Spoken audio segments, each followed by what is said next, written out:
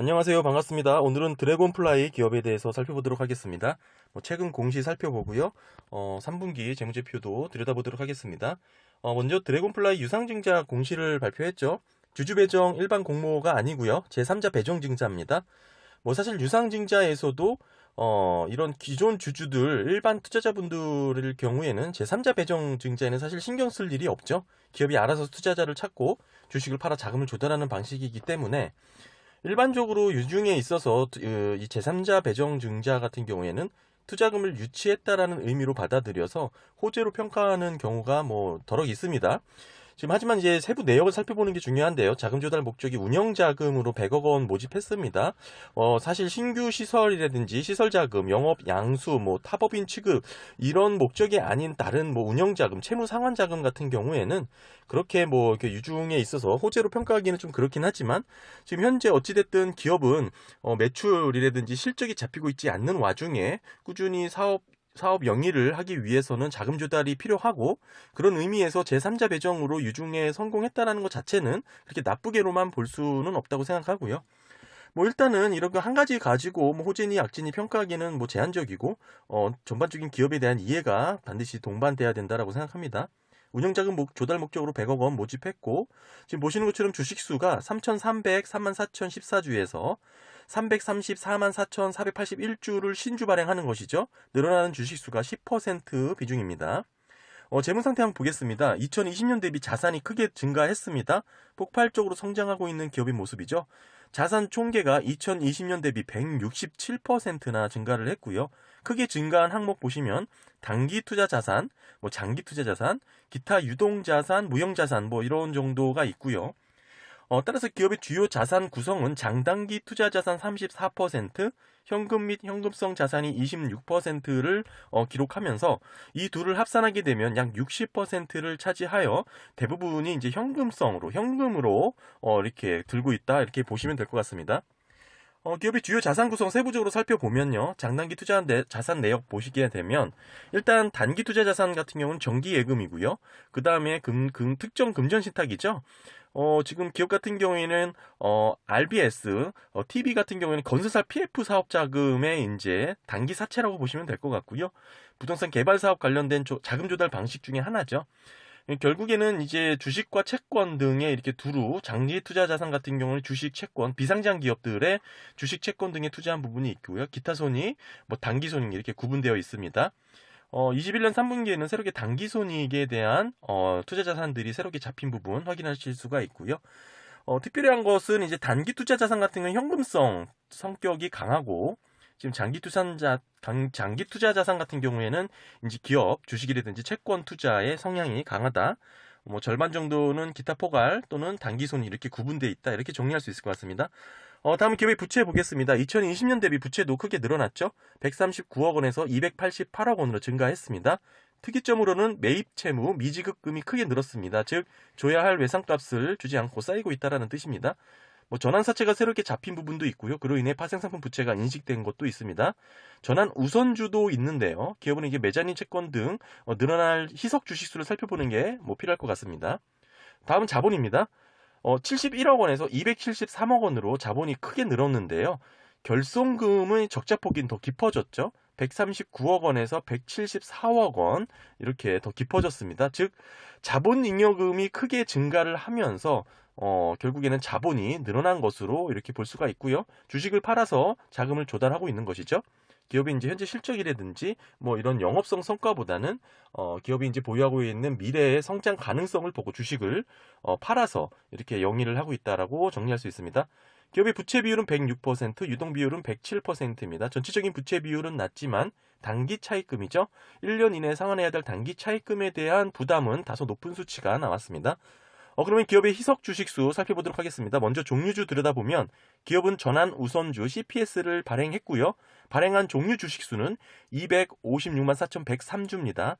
하지만 보통주 전환 시 전환 조건이 1대1이 아니고요. 전환 가격에 따른 조정 변동이 있기 때문에 대략적으로 2,121원일 경우 330만 333주였는데요. 지금 전환 청구 기간이 21년 11월 17일부터 가능했죠. 보시게 되면 12월 10일 공시 내용 보시게 되면 3분기 이후에 공시된 내용이죠. 전환 우선주의 보통주 전환 청구가 있었습니다. 즉 위에서 살펴본 CPS 전환 우선주가 보통주로 전환이 되었다라는 것이고요. 결국 348만 6,056주로 전환 청구가 되었습니다. 아까 주식수랑 다르죠. 역시 가격에 따른 전환 조정이 있었던 것입니다. 따라서 현재 기업 기준의 전환 우선주 CPS는 모두 보통주로 전환 청구가 되어서 보유하고 있지 않습니다. 전환 청구 후에 기업의 이제 보통주 주식수는 34,014주가 됩니다.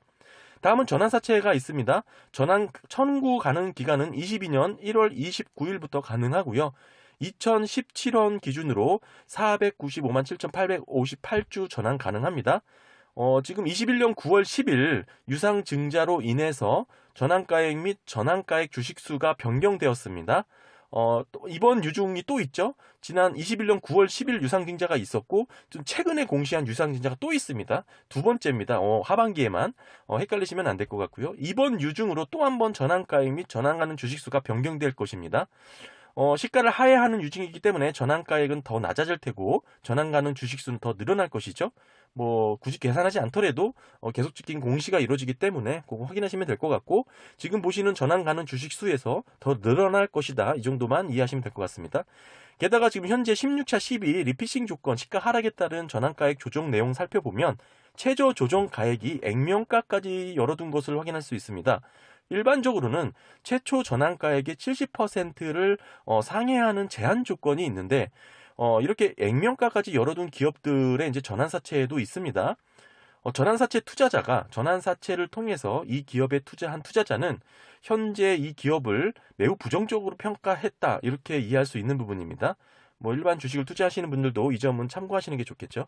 게다가 지금 3분기 이후에 9월 23일 17회 12 전환사채 발행 결정 공시가 또 있습니다.